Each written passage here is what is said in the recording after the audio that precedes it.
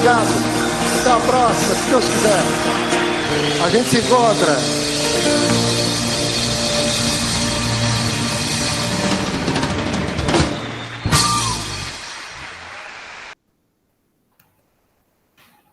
Olá, boa noite para todos e todas, né?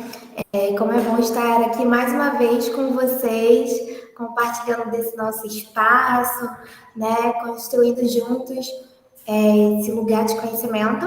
Eu sou Ilana, né? Sou doutoranda lá pela Levica e hoje vou estar aqui com vocês para mediar esse espaço, para a gente construir coisas, contribuir. Então, né, vou estar chamando o Sérgio Marques, né? Ele hoje vai estar aqui com a gente com a temática que vocês bem viram na nossa programação. Ele faz parte da subgestão, né, nacional das aldeias infantis SOS Brasil e vai estar compartilhando, né, daquilo que ele já aprendeu, dos anos de prática, de experiência, né, de tanto na teoria quanto na prática. E hoje gostaríamos de deixar esse espaço bem aberto para vocês. O Sérgio nos concedeu esse lugar, no sentido também de vocês estarem nos fazendo as perguntas de maneira mais livre. Então, se você está com alguma dúvida, se algo ficou talvez incompleto, né, na sua percepção, se você não entendeu algo, você pode abrir seu microfone, sua câmera, compartilhar com a gente. Se não se sentir à vontade assim, né? Porque tem gente que fica um pouco constrangido com essa questão, manda lá no chat, que durante mesmo a fala do Sérgio, ele vai estar respondendo essas perguntas no dia de hoje, tá bom? Eu vou deixar isso também escrito lá no chat para as próximas pessoas que talvez estejam entrando depois, mas sintam-se à vontade durante esse tempo para também, né, acrescentar e tirar as suas dúvidas. Tá bom? Sérgio, você quer falar alguma coisa antes da gente começar a apresentação em si? Olá, boa noite a todas e a todos. Queria agradecer o convite de estar aqui partilhando com vocês a minha experiência, né, com situações de refúgio, com crianças e adolescentes, no qual eu tenho toda uma trajetória já de 24 anos trabalhando nesta área, né, com esta temática. Eu espero que nós tenhamos aqui uma roda de conversa, né, como nós trabalhamos na nossa metodologia aqui nas aldeias infantis, que seja rica e vocês têm toda a liberdade de também contribuírem, né, nesta nossa roda de conversa que nós vamos ter hoje. Ótimo, muito obrigada, né, Sérgio? Vamos estar te conhecendo melhor o seu trabalho ao decorrer da sua fala, né? Então, eu vou começar a apresentar aqui, tá bom?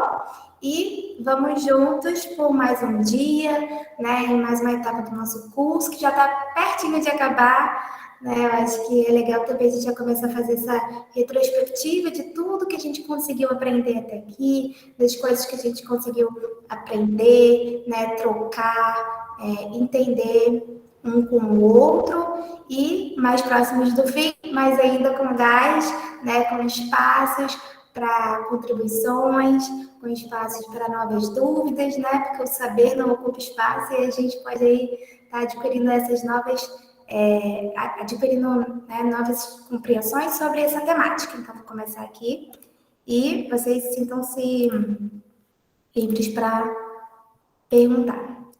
Vocês estão vendo? Confirma aí, Sérgio. Agora sim. Sim? Parece. Foi? Ótimo. Então, pode ir. Bom, hoje a gente vai conversar sobre crianças e... Ilana sumiu da tela. Sumiu? Peraí. Voltar. Desculpa. Tá. Crianças e adolescentes no contexto migratório, acolhimento institucional de crianças e adolescentes indocumentados e o acolhimento de famílias. O mundo vive hoje uma crise migratória sem precedentes.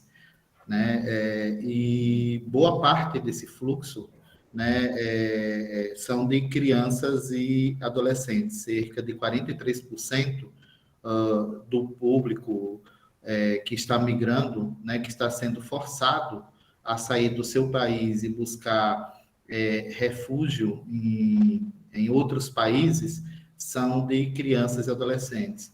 E crianças e adolescentes, como nós sabemos, são os mais frágeis dentro desses contextos. E é importante que nós tenhamos nos países parâmetros para poder proteger essas crianças e adolescentes que estão nesse contexto migratório. Você pode passar. Bom, a minha trajetória, como eu falei, começou há 24 anos, nas aldeias infantis SOS Brasil. Nós somos uma organização internacional, mas no final eu vou falar um pouco mais sobre o trabalho que a gente realiza.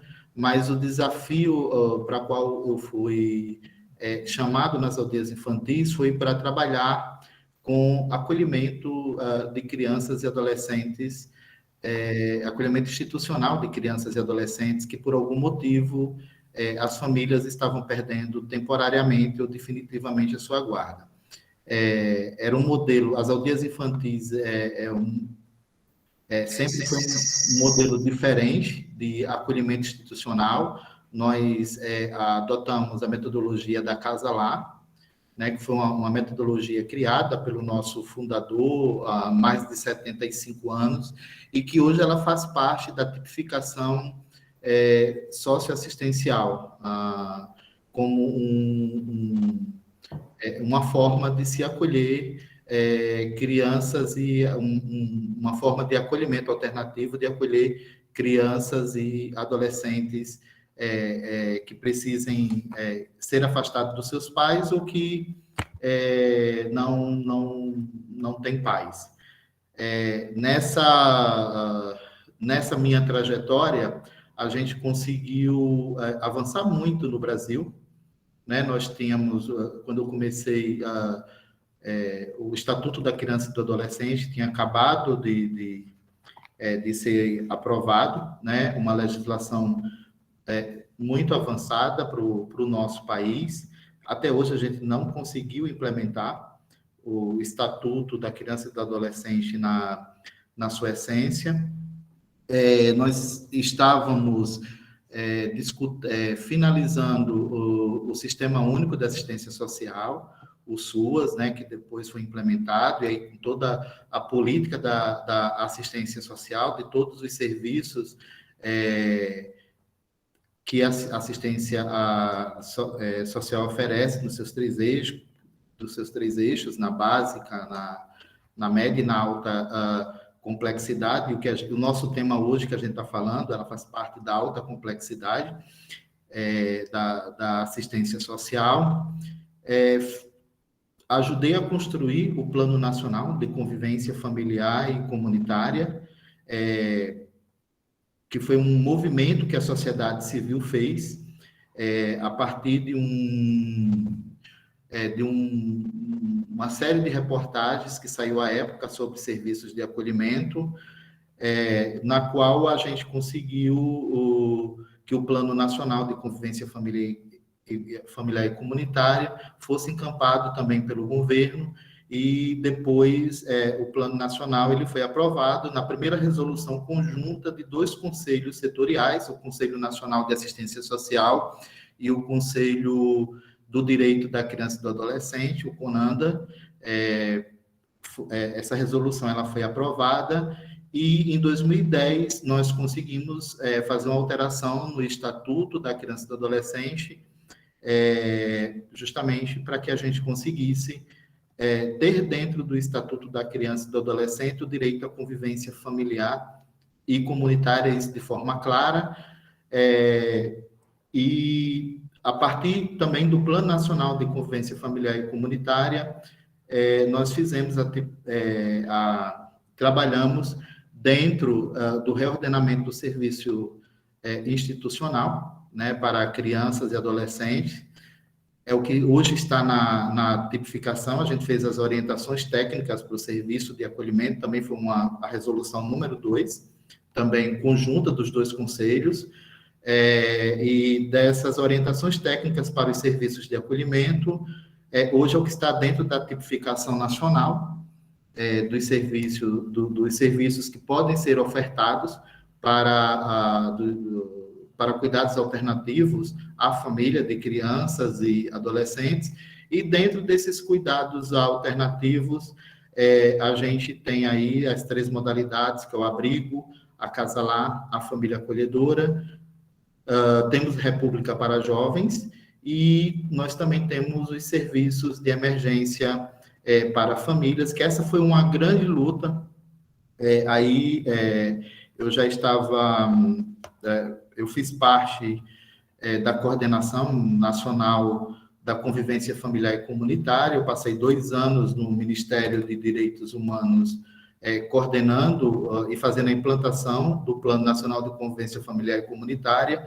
Quando aconteceu a situação de Nova Friburgo, Rio de Janeiro, aí no Rio de Janeiro, né, Teresópolis, em qual o Brasil se deparou que ele não tinha um protocolo de atendimento em situações de emergência para crianças e adolescentes. Nós tínhamos estatuto, nós temos uma legislação, nós não tínhamos um protocolo nacional. Foi quando nós elaboramos, isso com apoio da Unicef, o protocolo nacional para crianças e adolescentes em situação de emergências. E, através desse protocolo, a gente conseguiu incluir na tipificação os serviços emergenciais, porque existia uma dificuldade do MDS, do Ministério na época, que era o Ministério do Desenvolvimento Social, hoje o Ministério da Cidadania, passar recursos para os municípios de emergências. Ficava muito...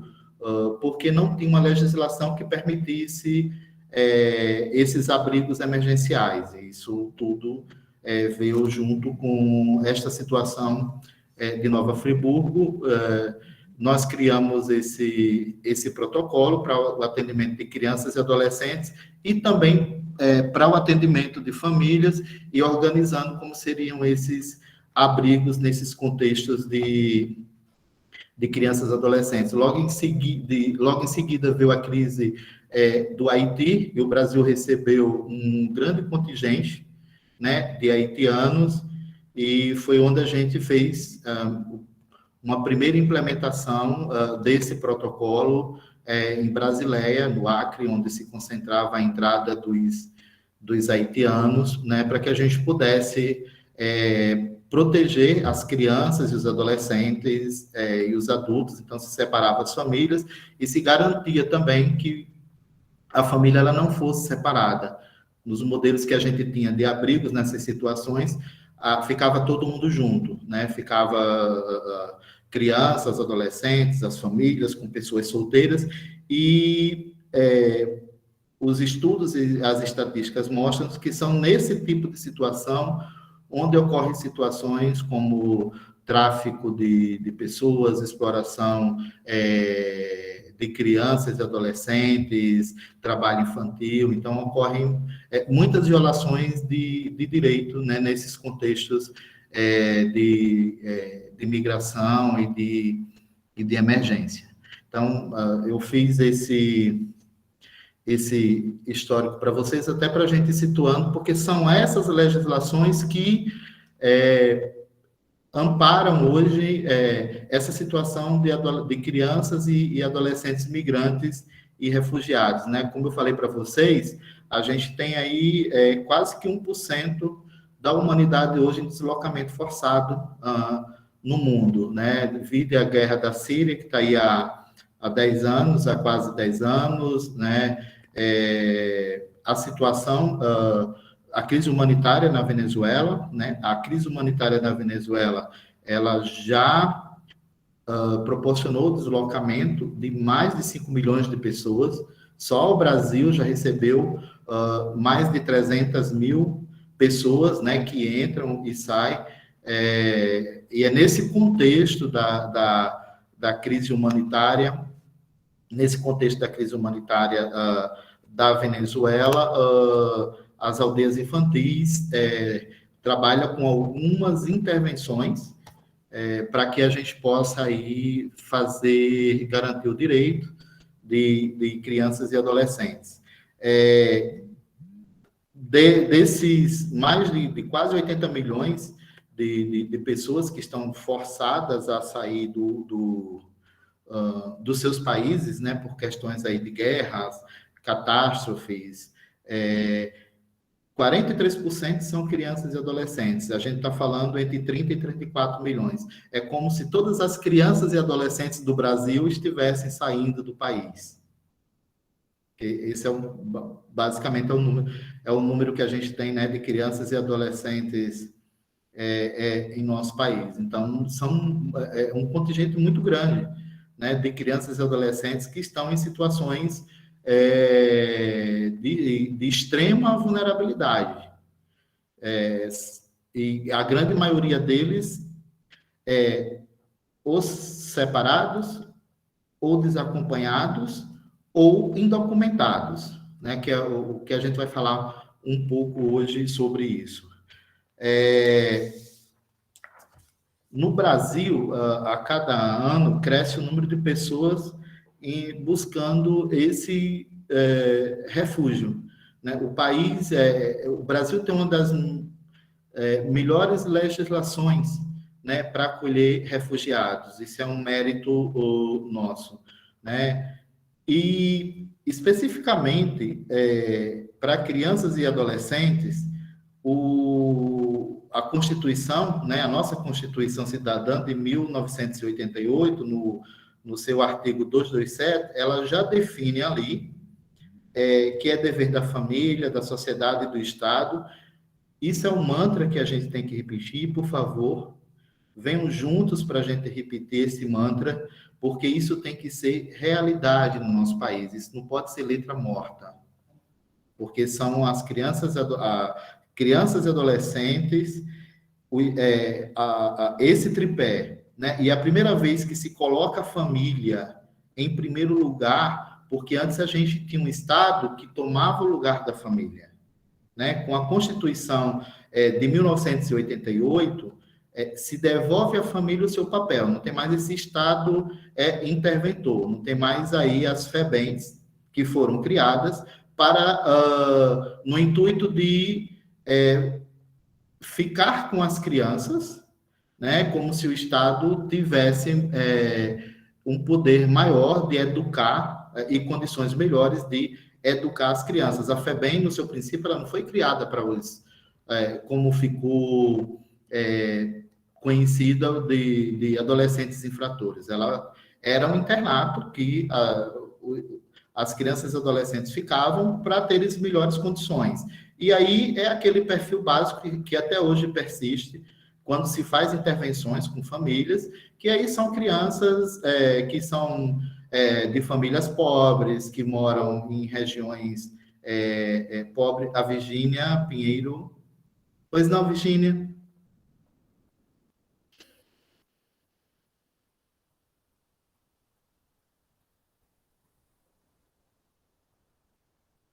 Virgínia? Ah, tá. Ela falou que apertou por engano. Sem problema.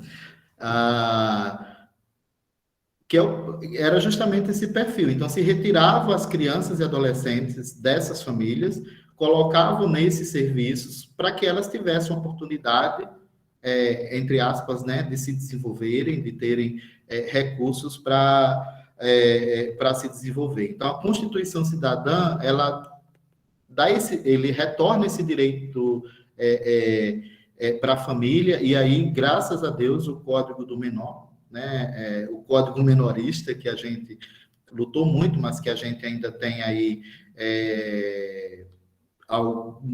uma interpretação ainda muito menorista, e um olhar muito menorista no nosso judiciário brasileiro, mas também em atores, né, que trabalham com crianças e adolescentes. esse Estado ele tem que garantir com absoluta prioridade. Aí a gente fala prioridade.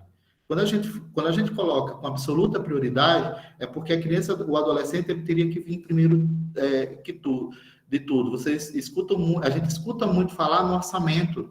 Ah, mas qual é o orçamento da criança? Né? Tem que ter o orçamento da criança. Não é o orçamento da criança, são as políticas públicas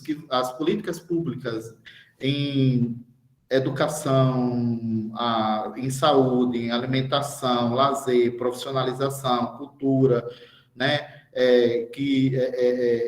Esse investimento que tem que ser feito, ele tem que ser feito prioritariamente, os recursos teriam que ser destinados prioritariamente para atender crianças e adolescentes, para que a gente consiga tirar as nossas crianças a salvo de toda forma de negligência, discriminação, exploração, violência, crueldade e opressão. Então, esse artigo, ele basicamente é um mantra, né, que a gente que trabalha com direitos humanos de crianças e adolescentes, a gente tem que estar batendo na tecla toda hora, para que esses direitos eles sejam respeitados, porque são direitos constitucionais. Né?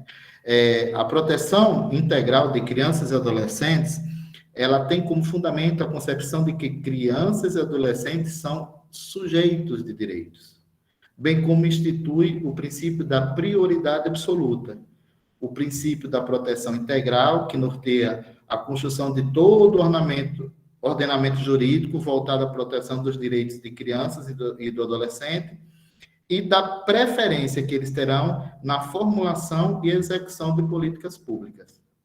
Tá? E isso é muito importante. Isso é muito importante porque nós não vemos um esforço dos governos, para essa formulação.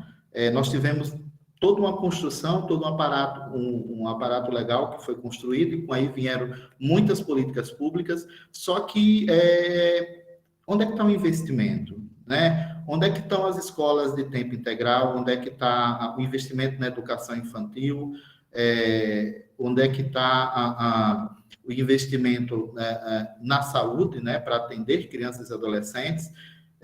Eu creio que alguns de vocês são pais, e quando a gente precisa de um pediatra na rede pública ou de um psicólogo que atenda crianças e adolescentes, um psiquiatra que atenda crianças e adolescentes, é praticamente uma raridade, né? Da gente conseguir. Então, falta o investimento, o maior investimento na educação de jovens, na profissionalização, e falta investimento também no acesso deles à cultura, ao lazer, para que eles possam ter assegurado o seu pleno desenvolvimento. Né? O Estatuto da Criança, ele veio, né, objetivando regulamentar e implementar o sistema de proteção integral previsto na nossa Constituição, né, e criar essa rede, né, de serviços para que pudesse proteger nossas crianças e adolescentes. Quando eu estou falando de crianças e adolescentes, a Constituição do nosso país ela é muito clara. Ela não fala de crianças e adolescentes brasileiras, ela fala de crianças e adolescentes. Toda e qualquer criança que esteja no nosso país, ela tem todos os seus direitos assegurados como uma criança de nacionalidade brasileira. Isso é um direito que as crianças e adolescentes elas têm quando chegam no nosso país. Né? O nosso estatuto ele é regido por 3 princípios orientadores: o princípio da primazia em favor da criança, o do melhor interesse e o princípio da municipalização. O da primazia é o que, né, da prioridade que ela tem nas políticas públicas, nos investimentos e tudo mais. O do melhor interesse, isso é algo que a gente tem que refletir muitas vezes. Muitas decisões são tomadas levando em conta o melhor interesse da criança e do adolescente, e se amparam muito nesse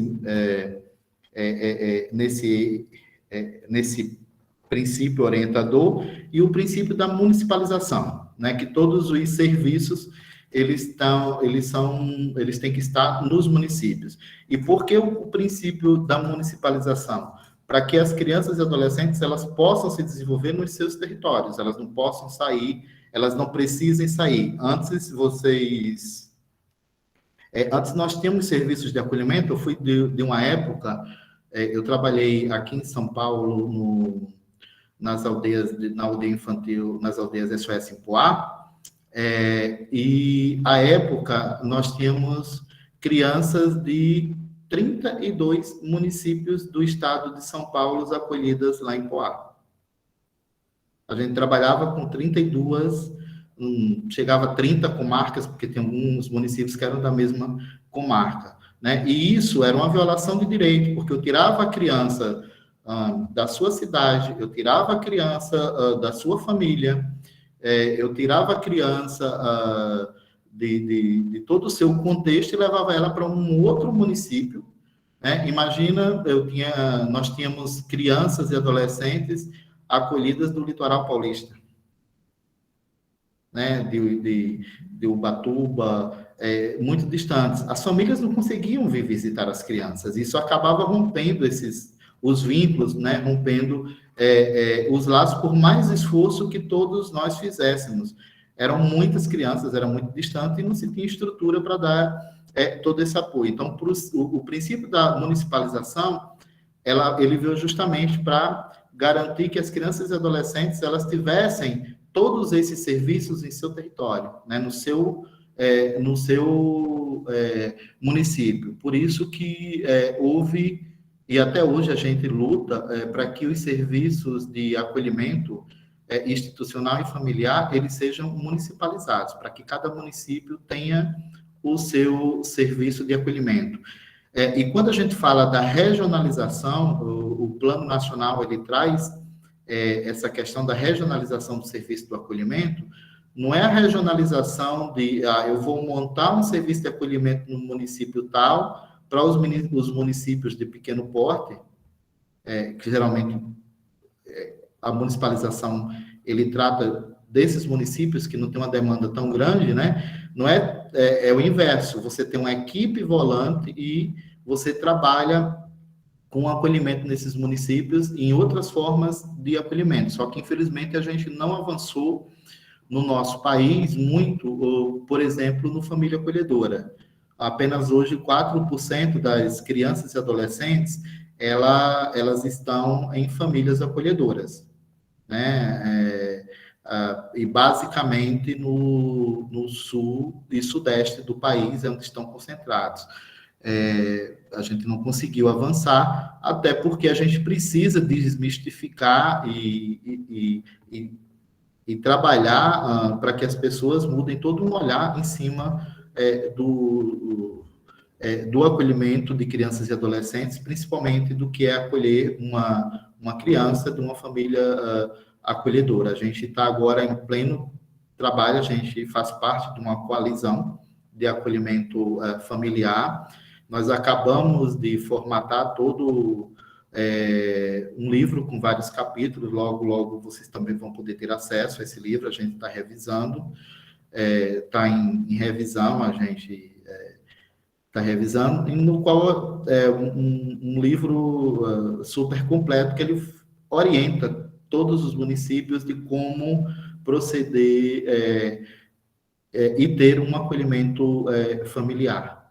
Né? Isso é bastante importante. A gente tem aí uma meta, essa coalizão de organizações, de que a gente possa sair desses 4% para 20% nos próximos 2 anos. Esperamos aí,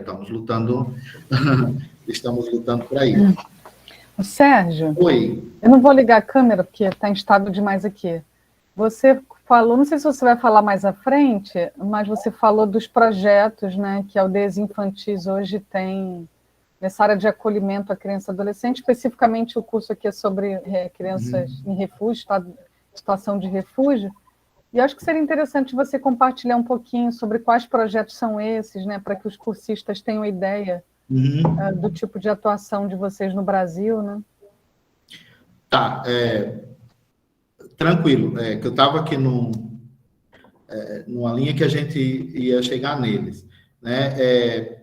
Estou numa linha para a gente entender o que é que a gente tem de legislação e tudo e como é que a gente atua no nosso país, né? Tá, pode seguir então, fica tranquilo. A gente tem mais à frente a gente vai falar sobre esses serviços.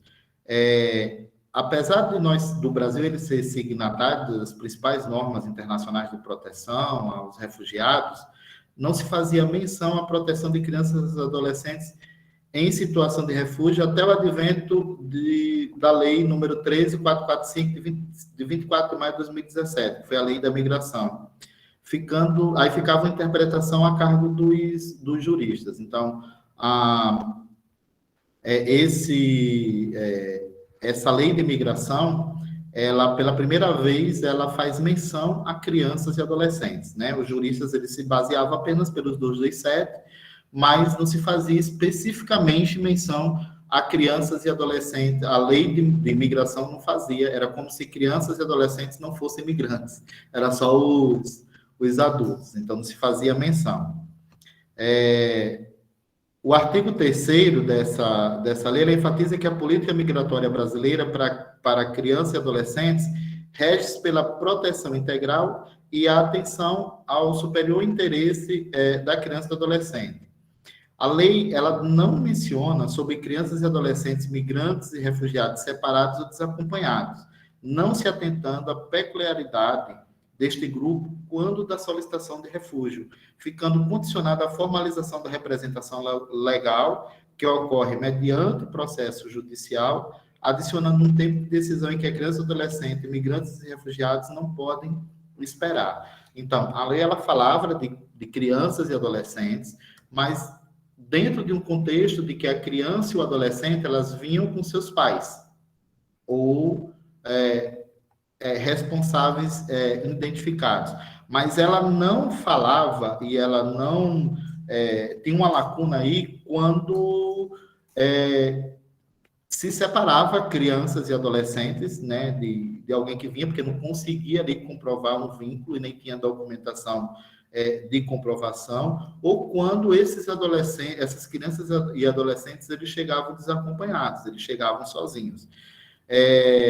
E isto é muito sério, porque não se sabia como procedor, como não tem uma política, não tinha instruções para que orientasse as autoridades, né, que lidam com isso, com esse tipo de situação, com os encaminhamentos que se dava, e se colocava essas crianças e adolescentes em abrigos, se separava quando não se conseguia comprovar, se colocava em abrigos, e aí era um longo processo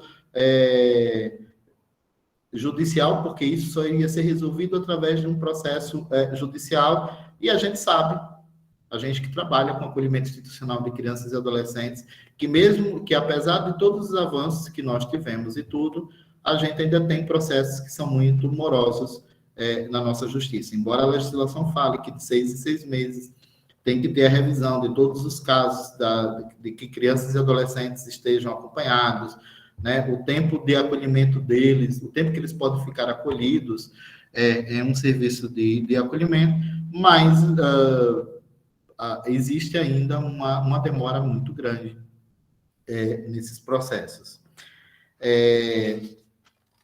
Esta ausência de normatizações e a crescente entrada no país de crianças e adolescentes nos impulsionou a buscar, como a prioridade que a situação requeria, a medidas que poderiam ser adotadas pelo Brasil, garantindo que as crianças e adolescentes refugiadas a sua devida proteção e os direitos aos quais eles são titulares. E isso se deu, gente, agora nessa questão humanitária da Venezuela, porque aí o fluxo foi muito grande, né, de crianças e adolescentes indocumentados, separados das pessoas com as quais elas chegavam no Brasil, e também dos adolescentes que chegavam sozinhos. a gente, na legislação brasileira, o que é que a gente tem? Reconhecimento de imigrantes, né, das crianças e adolescentes como sujeitos de direito, isso é garantido já.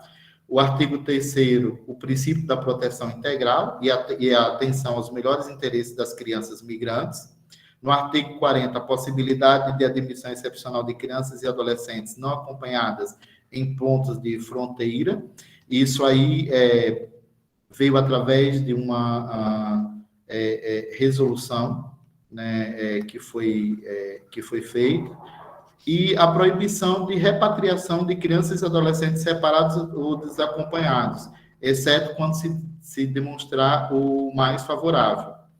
E a autorização de residência para filhos desacompanhados ou abandonados. Aí já uma portaria do Ministério da Justiça. Gente, tem alguém batendo aqui na minha porta, não sei quem é. Só um pouquinho.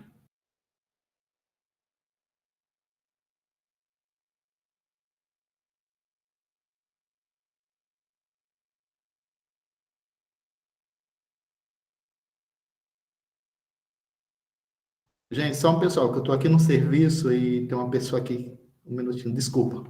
Vou só ver aqui.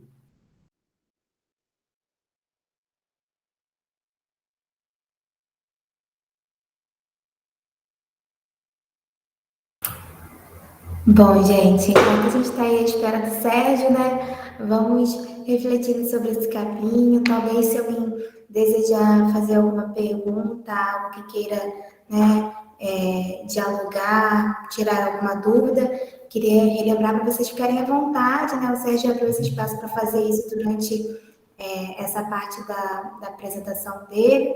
Então, sintam-se à vontade, é só levantar a mãozinha ali, né? Tem esse sinalzinho assim, então levanta sua mão ou digita no chat que a gente vai estar lendo para ele, tá bom? Fiquem à vontade.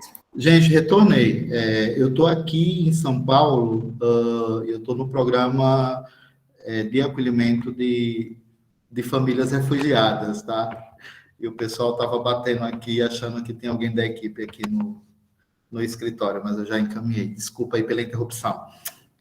Mas quando a gente trabalha com emergência, a gente tem essas situações, tá? A gente não tem... A nossa vida fica muito à disposição deles.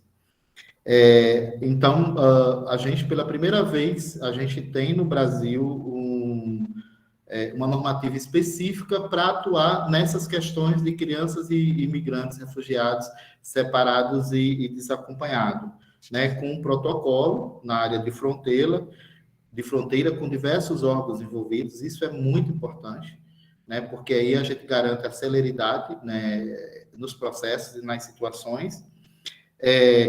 Uma dissociação entre regularização imigratória e exercício de guarda, isso se desassociou, o que facilita também os processos, e a Defensoria Pública da União com a dupla função de assistência jurídica e de proteção.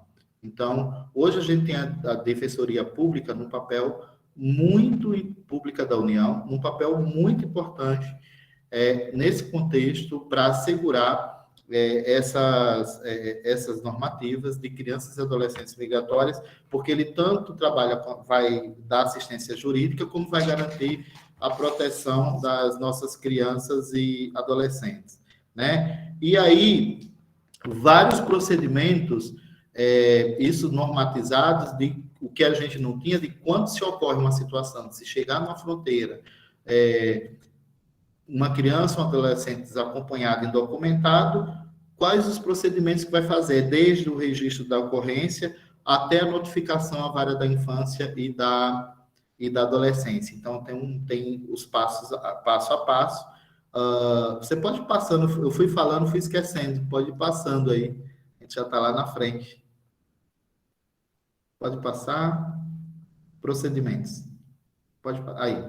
Então, a gente tem vários procedimentos que são feitos e a gente tem isso dentro de garantir um fluxo.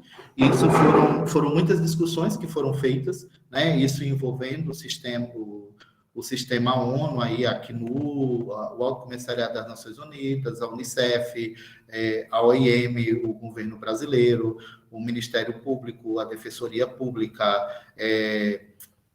o CNJ, para que a gente pudesse ter essas normativas e a gente pudesse ter um fluxo que a gente garantisse as crianças e adolescentes os seus direitos, refugiados, os seus direitos constitucionais, né?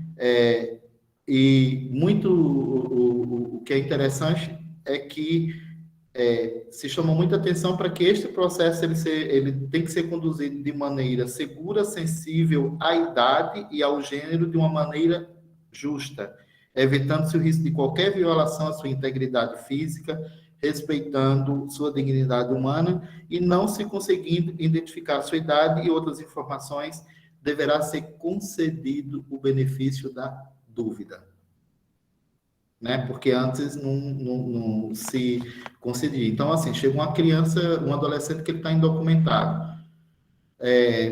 Se não se consegue comprovar a idade dele, por exemplo, ele diz que ele tem 15 anos, vai se dar o benefício da dúvida de que ele tem 15 anos.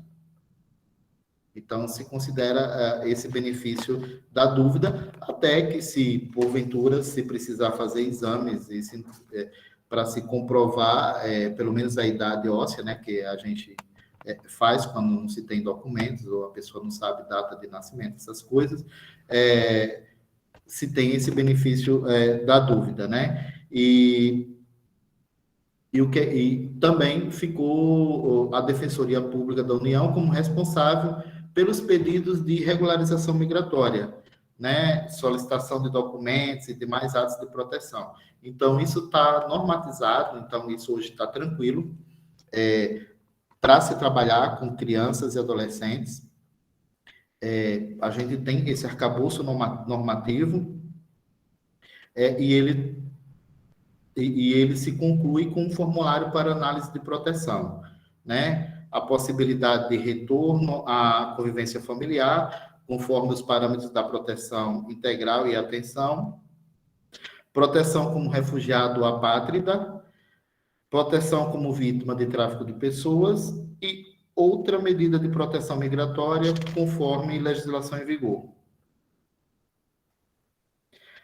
A criança e o adolescente desacompanhado ou separado deverá ser consultado sobre as possibilidades de residência e acolhimento, tá? Se ele uma consulta que ela pode ser feita, né? Ela deve ser feita à criança ou adolescente sobre essa possibilidade quando ele chega desacompanhado ou ele está sendo separado. Porque muitas vezes ele pode ficar sobre a responsabilidade de uma outra pessoa, então ele pode ser consultado se ele quer ficar sobre a responsabilidade daquela pessoa, tá? Desde a crise migratória, pode passar para o próximo slide, já foram realizadas mais de 5.880 entrevistas, então é um contingente muito grande, né, de crianças e adolescentes e é claro que não se atinge todo o público,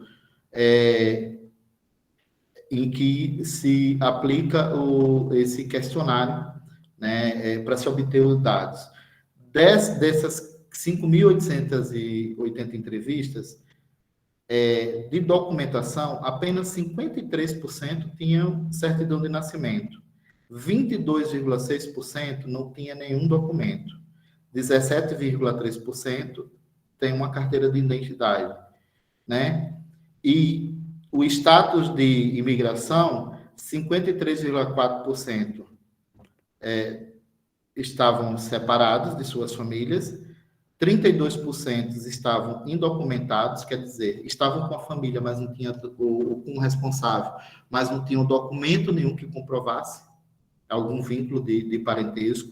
E essa é uma dificuldade muito grande da Venezuela, até porque os próprios registros, muitas vezes, não veem o sobrenome dos familiares, né? Então, essa já é uma grande dificuldade, e não existe, aqui como no Brasil, que a gente tem um CPF, já pode tirar a carteira de identidade, né? E tudo mais, desde pequeno, desde novinho, lá não existe essa política, e desacompanhados chegaram no Brasil 3,9% dessas 5.880 entrevistas com crianças e adolescentes. Para vocês que não conhecem, Pacaraima é a cidade que faz fronteira com a Venezuela, ela é a porta de entrada. Ela fica a 200 quilômetros de Boa Vista, né, por uma estrada que cruza algumas reservas indígenas, no início do fluxo migratório, além de toda a travessia que as famílias faziam, né, com crianças e adolescentes, e não tinha nenhuma estrutura ainda em Pacaraima de atendimento, essas famílias elas ainda caminhavam mais 200 quilômetros a pé até Boa Vista, né, que é a capital de Roraima. Imagina aí todo um processo que essas crianças e adolescentes elas passavam desde a saída da Venezuela até a chegada em Boa Vista, né? Então, é um processo bastante complexo e muito vulnerável, né, para as crianças e adolescentes. Né, estas situações, né, e a ausência de comprovação documental e vínculo parental, que era exigido nas entrevistas, na Venezuela, meninos e meninas de 10 anos não possuem carteira de identidade. Então, era uma grande dificuldade de documentos, sendo indocumentados para fins de imigração. Isso teve um aumento muito grande de tráfico humano e outras formas de exploração. Se tem trabalhado muito para que os adolescentes eles não sejam cooptados pelo tráfico, né? Então, muitos adolescentes eles vieram através do tráfico. Como também muitos adultos, principalmente mulheres e mulheres trans, elas estavam sendo traficadas para fins de comercialização de sexo. Falta de estrutura de proteção e recepção adequadas, nós não tínhamos, e começa a se estruturar. Aí foi criado o primeiro abrigo, foi um dos serviços que nós executamos em Boa Vista. Nós fizemos uma parceria com o Unicef e implantamos 2 casas-lares para o acolhimento de crianças e adolescentes desacompanhados e indocumentados, enquanto se resolvia, né, a situação deles. Uma em Pacaraima, que era o ponto de entrada onde eles chegam, onde tem toda a operação em Pacaraima de documentação, onde se fazem esses primeiros contatos, essas entrevistas, e depois uma casa-lar também em Boa Vista, que na medida que esses casos iam se configurando, essas crianças e adolescentes poderiam ou não ser transferidos para Boa Vista se não se identificasse os seus familiares, que era um município com uma melhor estrutura de educação, de saúde e de assistência, porque aí,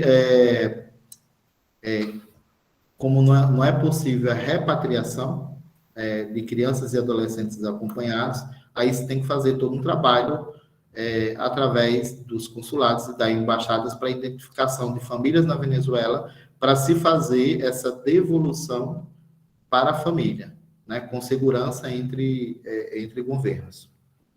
Sérgio. Oi. A Ana Maria, né, ela está comentando aqui no chat que ainda é assim, né, que as pessoas ainda vão caminhando até a Boa Vista e que os venezuelanos ainda têm essa dificuldade sobre a documentação, por a identidade, só tem mesmo ali, né, certidão de nascimento e não tem muito bem a foto, né, não sei se eu vou pronunciar certo, Ioli Oliveira acabou de comentar, né, que muitos deles não têm nenhum documento. Então, imagino o quanto isso dificulta mesmo, sim, né, esse processo. Então, deixa eu explicar um pouco. Teve uma explosão de entrada de pessoas, né? Todas aquelas reportagens que passou na TV, né? A praça lá de Boa Vista tomada, as ruas e tudo, foi quando se iniciou a Operação Acolhida. Vocês lembram que houve, pela primeira vez, uma intervenção federal em um estado para possibilitar montar toda a Operação Acolhida. Então, o estado passou por controle do governo federal, à época, no governo Temer, e tudo foi quando se iniciou a operação em Boa Vista. Se montou toda uma estrutura que, diga-se de passagem, e a gente tem que elogiar quando o trabalho ele é bem feito, né? O Exército Brasileiro, eles trabalharam muito bem, eles montaram uma estrutura, o governo federal montou uma estrutura, né? Muito eficiente, né? Com os abrigos e tudo. É claro que existem grandes dificuldades, porque o fluxo é muito grande, né? Então, a gente está falando de uma entrada de, em média, 600, no pico, de 700 a 800 pessoas dia entrando em um país, e você não tem como acolher todo mundo, nem tem espaço para isso. Se regularizou isso tudo, e se começou, que aí entra outro projeto nosso, se começou um processo de interiorização, porque Boa Vista não dava conta da demanda, né, de todas as pessoas. Então, lá, né, houve uma saturação em todos os serviços do município de Boa Vista, e aí se iniciou a interiorização de venezuelanos. A interiorização, eles vão para outros estados, isso é feito de forma voluntária, ele tem que estar voluntário, e a partir disso se começou a dar vazão, se começou a retirar venezuelanos de Boa Vista para outros estados. Aí a gente tem um processo, o programa de interiorização do governo federal, as aldeias infantis, ele faz parte desse processo chamado de interiorização, chamado abrigo-abrigo. Então, as famílias que estão nos abrigos lá, coletivos, vêm para o nosso centro de acolhimento e integração, para os nossos centros de acolhimento e integração. Isso é feito de forma voluntária, são disponibilizados dados sobre a cidade, para onde eles podem ir, como é que é o espaço, quanto tempo eles vão ficar acolhidos nesse espaço, né, até que eles sejam integrados. E se diminuiu bastante esse fluxo, mas com a situação da pandemia, a coisa ficou muito difícil, porque a fronteira ela foi novamente fechada.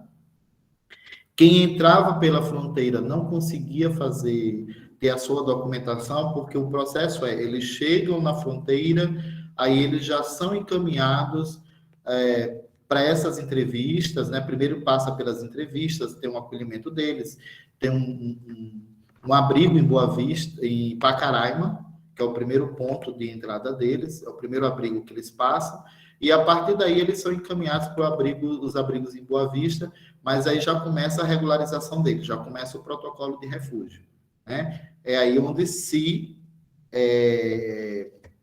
esses casos eles aparecem, de crianças que vêm documentadas, de crianças que não conseguem comprovar parentesco, muitos não têm documentos, ou não vêm sem documentos. Então, tem todas essas situações. Mas vir sem documento não é um motivo de se negar o refúgio. Tá? Com crianças e adolescentes, o que se faz é todo esse processo de entrevistas, mesmo que a criança esteja sem documento, mas para que os técnicos eles consigam vincular essa criança a quem está vindo com ela, né? Porque pode ser uma situação de tráfico, pode ser uma situação de violência, de rapto. A gente tem uma situação de casamento na Venezuela muito cedo, né? A gente também tem parte do Brasil, né? Meninas já casadas, com 14, 15 anos de idade, muitas já grávidas e já com filhos, né? Então, tudo isso é investigado lá em Pacaraima e tudo, e aí se começa o processo de regularização deles, que é o processo de protocolo. A pandemia dificultou muito isso, porque quem faz a regularização é a Polícia Federal. E se suspendeu a emissão de novos vistos durante toda a pandemia. Agora é que esse processo está voltando. Então, agora é que a gente tem um contingente de refugiados sem documentação no nosso país, que começa a ser, que começam a ser regularizados. E por muita pressão da sociedade civil, das organizações que trabalham em cima do governo, para acolher nos abrigos essa situação, porque se a fronteira fechou, e pela lei, quem entra está ilegal. Se a fronteira está aberta e você cruza, e no contexto de emergência que o Brasil estava e decretou para os venezuelanos, qualquer um que entrasse ele era acolhido, não estava numa situação irregular. Com a fronteira fechada, eles estavam irregulares, né, no país. E nós, as organizações, a gente começou a pressionar porque tem um grande contingente, porque essas famílias com crianças e adolescentes não conseguiam acessar os abrigos. Então, nós começamos a pressionar e essas famílias, elas começaram a ser admitidas nos abrigos, porque elas estavam nas ruas com crianças e adolescentes, já um grande contingente e ainda tem um fluxo, teve uma retração muito grande de venezuelanos em Boa Vista por conta da pandemia. E agora que se começa novamente um processo, com a reabertura, o processo de interiorização para diminuir esse contingente lá. E o que é importante, gente, de tudo isso que a gente falou, a gente tem um arcabouço legal, a gente tem leis e tudo, mas a gente tem que ter políticas públicas que caminhem junto, porque você precisa ter serviços para poder atender a essas crianças e adolescentes. Não adianta ter só a lei, você precisa ter... Ana Maria está dizendo que, realmente, Ana Maria, hoje mesmo, a gente estava aqui com um representante do Itamaraty, e eles perguntaram para a gente qual é a grande dificuldade. A gente falou, a nossa grande dificuldade é que a gente está com duas situações. A gente está com a situação da renovação, mesmo que saiu um decreto estendendo o tempo de renovação, né? Se estendeu o prazo de renovação de quem já tinha um protocolo de refúgio ou de residência, mas a gente também não consegue marcar para os que não têm documentação. Então, você não consegue regularizar as situações porque você depende de agendamento na Polícia Federal e você não consegue esse agendamento. Então, isso implica em todo o trabalho que vai ser feito com essas pessoas, né? E é muito interessante que, assim, em cima de tudo isso, que a gente faça, a gente coloca alguns temas para a gente discutir para a gente refletir, né? A definição do interesse superior da criança em um contexto de fronteira migratória emergente. Há o risco de usar o interesse superior da criança contra a criança? São temas para discussão e reflexão quando a gente fala no interesse superior da criança, que muitas vezes, e isso, né, a Ana Maria está dizendo que acha que sim, a Ila na apresentação saiu novamente, tá? Que acha que sim, porque muitas vezes se justifica algumas destituição de poder familiar em nome do superior interesse da criança, sem oportunizar a família ou o responsável que tenha condições de ficar com seu filho ou com sua filha, né? Isso, ao longo aí desse tempo que eu trabalho com acolhimento de crianças e adolescentes, eu já vivi e participei de muitas situações e que foi utilizado muito, inclusive, para separar grupos de irmãos, né, para adoção, acolhimento de crianças, tudo isso levando ao interesse superior da criança. E é uma prática cada vez mais comum a gente falar do interesse superior da criança hoje em dia, para acolher crianças e adolescentes. Porque a gente está vivendo uma situação no nosso país econômica que cada vez mais as famílias estão empobrecidas. E são essas famílias que perdem seus filhos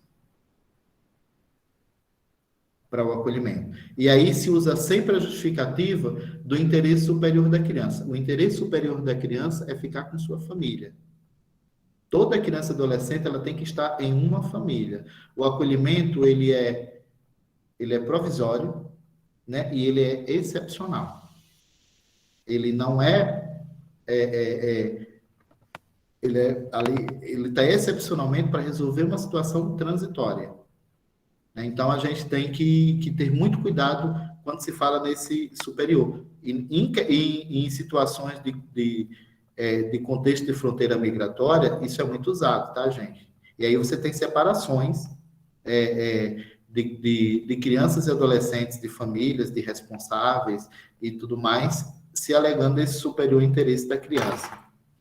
Estruturas para determinação do melhor interesse. Demanda por celeridade, versus qualificação técnica e atuação do sistema de justiça, né? Tem que ser célere, nós temos que ter pessoas qualificadas, técnicos qualificados, né, nessa questão migratória, e uma atuação do sistema de justiça. Juntar isso tudo é muito complexo. Então, é um tema de bastante discussão, porque a gente ainda precisa caminhar muito, né, daí. Falta de treinamento sobre o princípio da criança em primeiro lugar pelas autoridades brasileiras. A infância não é uma questão de migração. Infância é infância. Ela não é uma questão de migração. Então, qualquer criança e adolescente, ela tem que ter os seus direitos assegurados em nosso país. Representação legal e proteção adequada, no caso de crianças e adolescentes desacompanhadas e acompanhadas, ou adolescentes já independentes. E olha, uma prática que se começou a fazer muito foi emancipar jovens, adolescentes. Né? E o que é que se fala de emancipação? O que é que a lei fala quando você emancipa um adolescente? O adolescente ele tem que ter condições. Ele passa por uma avaliação, ele tem que ter condições psicológicas, ele tem que ter uma condição de se manter, né, financeira, pelo menos ter uma renda, alguma coisa nesse sentido, ou, né, uma estrutura para isso, para ele poder ter sua emancipação. Então, para resolver essa questão do adolescente que chegava sozinho e desacompanhado, né, se começou a emancipar os adolescentes para que eles não fossem, até porque não tinha serviços para acolher essas crianças e adolescentes lá em Pacaraima e Boa Vista. Então, a melhor forma deles seguirem entrando no Brasil era emancipar esses meninos e essas meninas. Olha que situação, né? Então, a gente estava usando o interesse superior para garantir um direito, mas, na verdade, a gente também poderia estar violando esse direito dele, porque ele não tinha as condições de ser essa emancipação, né? E respostas humanitárias e emergenciais e soluções permanentes e adequadas às políticas públicas infantis e juvenis. Isso são temas, né, para a gente discutir, e a gente discute até hoje, sobre direitos, né, de crianças e a proteção de crianças e adolescentes nesse arcabouço legal que nós temos, mas pela ausência de políticas públicas para que a gente consiga garantir o interesse superior da criança, a convivência familiar e comunitária, né, para que a família esteja sendo protagonista do cuidado e da proteção dessa criança e do adolescente com suporte da sociedade e do Estado. Essa questão humanitária que aconteceu na Venezuela, nós atuamos lá em Nova Friburgo, na época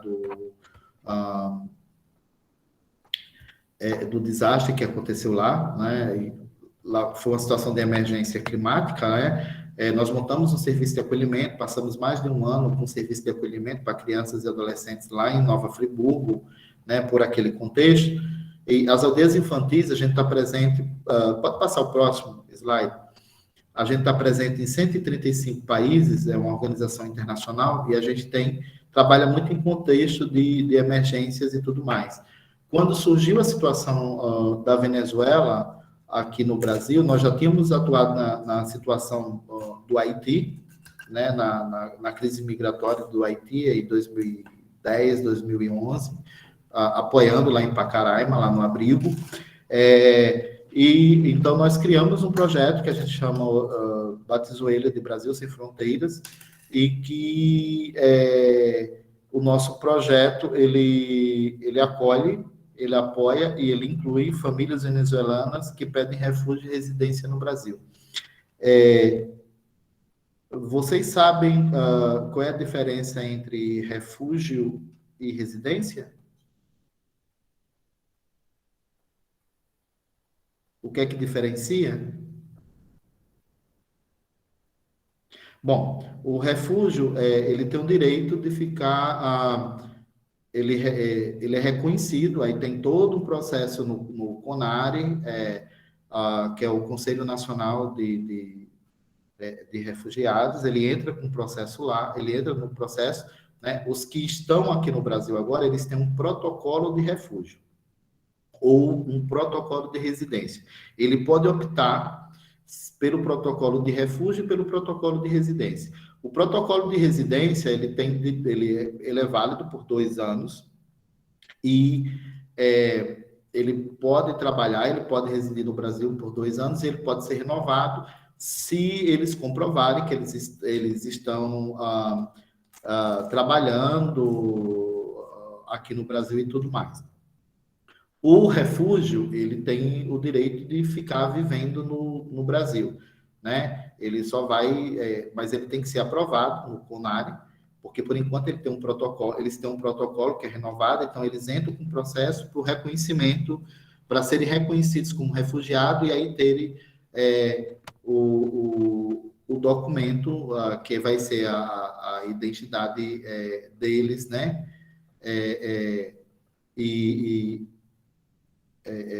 E tem aí todos os direitos garantidos como qualquer outro brasileiro tem, só não pode votar, tá? Não tem direito a votar. Que isso aí também é algo que a gente trabalha muito nessa questão de uso político, tem interesse de acolher os venezuelanos porque vão fazer títulos de eleitores, eles vão votar. Não, eles não votam no nosso país, eles não têm direito a voto. Né? E o objetivo do nosso projeto é que eles alcancem uma vida autônoma e integrada socialmente. Né? Pode passar para o próximo. A gente está, desde 1949, a gente surgiu também no contexto de emergência, no pós-Segunda Grande Guerra Mundial, e o objetivo era justamente esse, eram juntar crianças que ficaram órfãos com famílias que perderam seus filhos e filhas na guerra.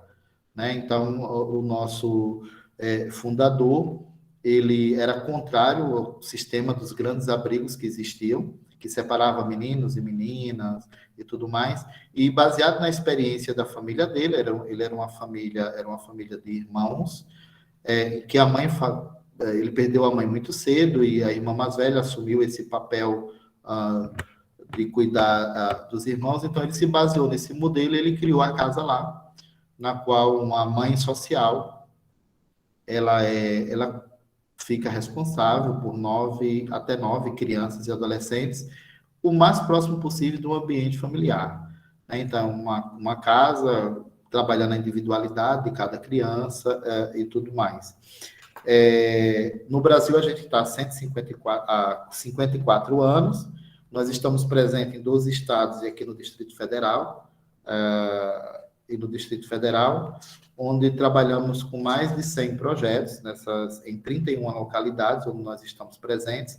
Hoje nós temos acolhidas mais de 600 crianças e adolescentes em vários serviços de acolhimento institucional, e nós adotamos como regra de que quem tem que investir nos serviços de acolhimento é o poder público. Né? Então, a gente trabalha, estamos à disposição para trabalhar com o serviço de acolhimento, desde que o serviço ele seja financiado, porque é uma política pública e a gente tem que garantir a implementação de qualidade dessa política pública. Foi uma decisão que a organização tomou para que os municípios eles pudessem fazer o seu reordenamento e investir nos serviços que tem para acolher seus meninos e meninas. As aldeias, ela passou por uma grande transformação nesses anos todos, ela foi se realinhando também, ela foi se reordenando, se adequando às convenções internacionais, para que a gente pudesse garantir o efetivo direito das crianças e adolescentes. Os nossos últimos dados, mais de 14 mil pessoas são impactadas pelos nossos projetos de acolhimento institucional, familiar, de educação, esporte, geração de renda. Nós temos vários projetos em todo o Brasil. Mas, especificamente, sobre o acolhimento de famílias e de crianças e adolescentes, pode passar o próximo, a gente tem o programa que é o Brasil Sem Fronteira, onde nós acolhemos famílias em centros de integração. E a gente, quando a gente montou o nosso projeto, o que era que acontecia com a interiorização? A interiorização, basicamente, ela só beneficiava homens, porque era mais fácil transferir os homens do que você conseguir interiorizar famílias. Então, nós, com o reordenamento que nós fizemos, né, dos nossos serviços de acolhimento institucional, nós tínhamos estruturas, nós tínhamos casas-lares que poderiam ser disponibilizadas para acolher essas famílias. Nós montamos um projeto, iniciamos em 8 unidades, com 8 unidades. A primeira foi em Igaraçu. As aldeias infantis ela tem uma estrutura de condomínio com casas-lares. Então, cada condomínio tem em média 10, 12 casas-lares, que era onde a gente atendia as crianças e adolescentes. Com o reordenamento, a gente retirou é claro que diminuiu, porque veio a municipalização, então você não precisava ter espaços tão grandes, e a gente transferiu as casas desses condomínios para casas na comunidade. Então, hoje, o acolhimento de crianças e adolescentes que nós fazemos na modalidade Casa Lá são de casas inseridas na comunidade. Então, essas estruturas, elas ficaram. Nós disponibilizamos, nós iniciamos o projeto em 2018,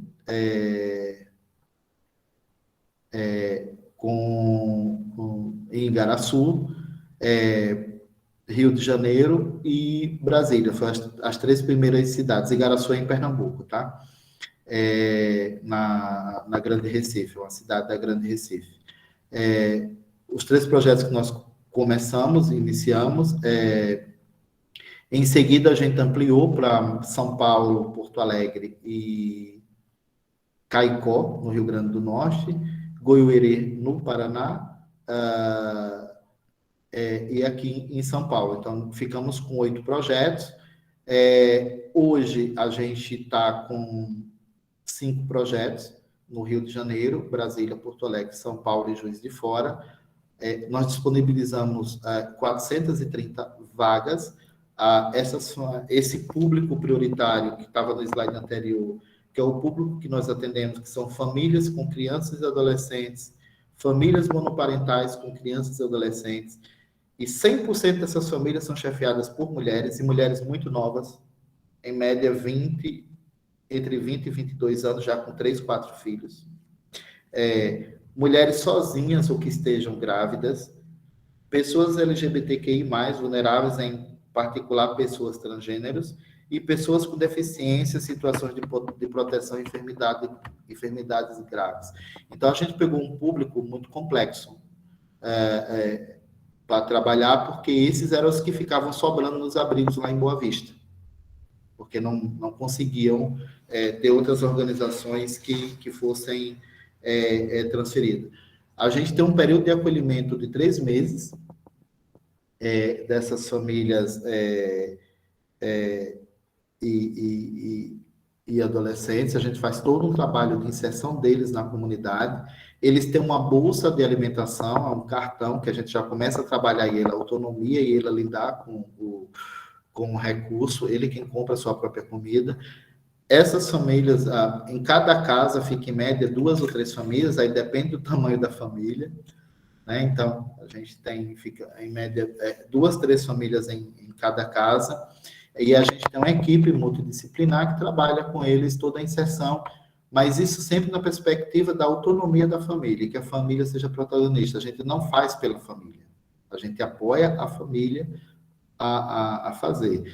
Então, a matrícula garantida, todas as crianças e adolescentes que vêm junto com essas famílias, a primeira providência é atualizar carteira de vacina, encaminhar, referenciar no posto de saúde, matrícula nas escolas. A grande dificuldade que a gente tem é a situação da educação infantil de creches, né? Então, a gente tem uma grande dificuldade de creche, mas nas outras, no Fundamental 1 e 2, ensino médio, isso é tranquilo, a matrícula é automática, independente que tenha documento ou não escolar, é automática a matrícula e a inserção dessas famílias em toda a rede socioassistencial, de saúde, educação, dos municípios, né? Quando eles chegam, a gente faz um diagnóstico inicial de todas as famílias, identificando as competências e habilidades de cada um. A gente tem uma metodologia que a gente trabalha um plano individual de atendimento e um plano de desenvolvimento familiar, né? O famoso PDF que a gente chama. E dentro desse plano aí, a equipe identifica todas as necessidades da família e quais são os encaminhamentos que essa família que precisam ser feitos para essa família. Então, cada família é uma família, não é e são ações diferenciadas para cada família, de acordo com o contexto dessa família, né? E esse trabalho que a gente fala, como eu falei, a gente trabalha o eixo da saúde, educação, assistência social, cultura, empregabilidade e geração de renda, né? É uma metodologia que as aldeias desenvolveu, que a gente chama metodologia do enfoque integral, que é um conjunto de ações que nós trabalhamos para que a gente possa colocar essas famílias, inserir essas famílias na comunidade. A gente tem dados muito bons, a maioria quase que 90% das famílias sai pelo menos com um adulto em emprego formal, né? Mas todos eles saem com renda, com uma renda, mesmo estando na informalidade, através de áreas ou através de alguns que são autônomos, né? Então, mas a gente assegura que tem uma renda e a gente ainda continua fazendo um acompanhamento com eles fora daqui, com eles já inseridos na comunidade. Então, é todo um trabalho que é feito, claro, tem toda uma rede que nos apoia, porque a gente precisa imobilizar doações de imóveis para eles montarem, porque eles chegam basicamente com o que eles conseguem trazer, né, da Venezuela, e muitos perdem, inclusive, as roupas e documentos nessa viagem. Então, muitos chegam absolutamente só com a roupa do corpo. Então, é um recomeço, mas a gente fica muito feliz, porque todos eles já saem com um mínimo para montar a sua casa, né, com uma renda e tudo. A gente faz todo um acompanhamento. A Ana Cláudia Azevedo está perguntando quanto tempo eles podem ficar. Ana Cláudia, a gente trabalha com 3 meses, mas como eu falei, cada família é uma família. Então, por exemplo, nós temos casos aqui muito complexos de saúde, tanto ou de crianças ou de adultos. Então, essas famílias têm uma vulnerabilidade maior e vão precisar de um tempo maior, né, para ficar. Então, o tempo que determina é o plano de desenvolvimento. É claro que a gente dá um tempo para a gente, as famílias que chegam sem grandes complexidades de saúde,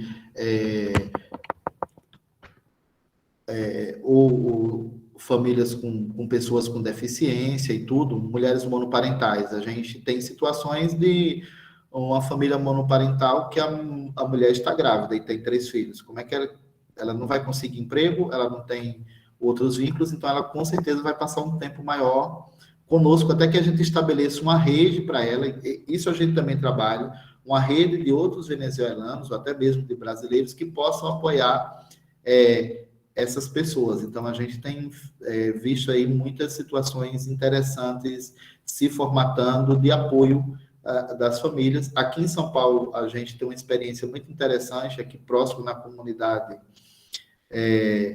A gente está aqui em Santo Amaro, já tem uma comunidade de venezuelanos e tudo, e a gente fez todo um trabalho com eles. A gente tem mobilizadores comunitários em que trazem todas essas situações, nos ajudam nessas situações, ajudam a passar informações para eles, de como se regularizar, de documentos, de como conseguir benefícios, que são pessoas que a gente está fazendo uma formação e eles estão se desenvolvendo como líderes comunitários, como mobilizadores comunitários. Isso tem facilitado muito o processo, né, do nosso trabalho.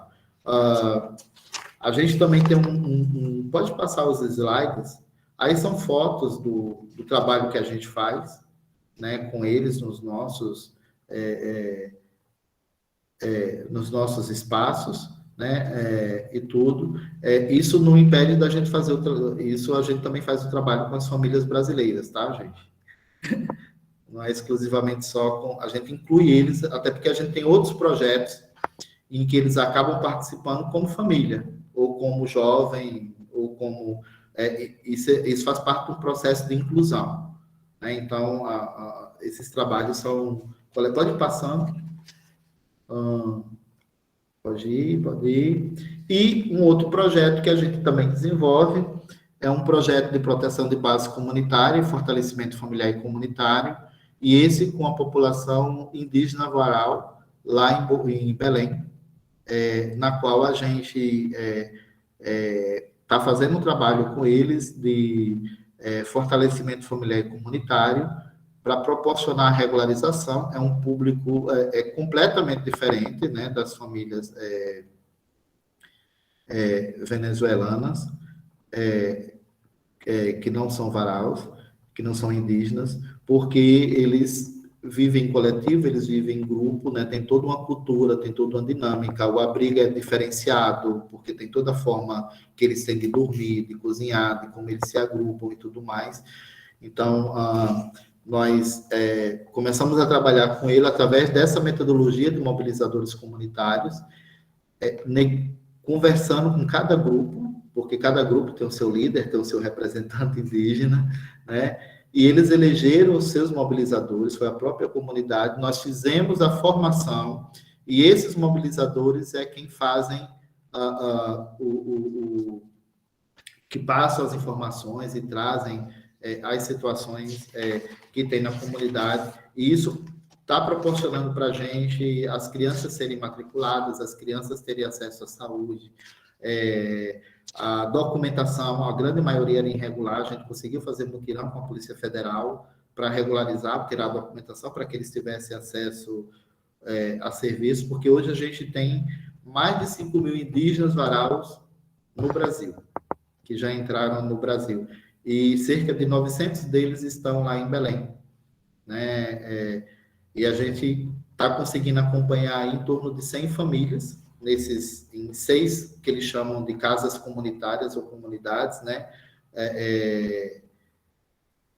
Para que a gente possa atender eles. A Ana Cláudia está falando, esse projeto de proteção de base comunitária.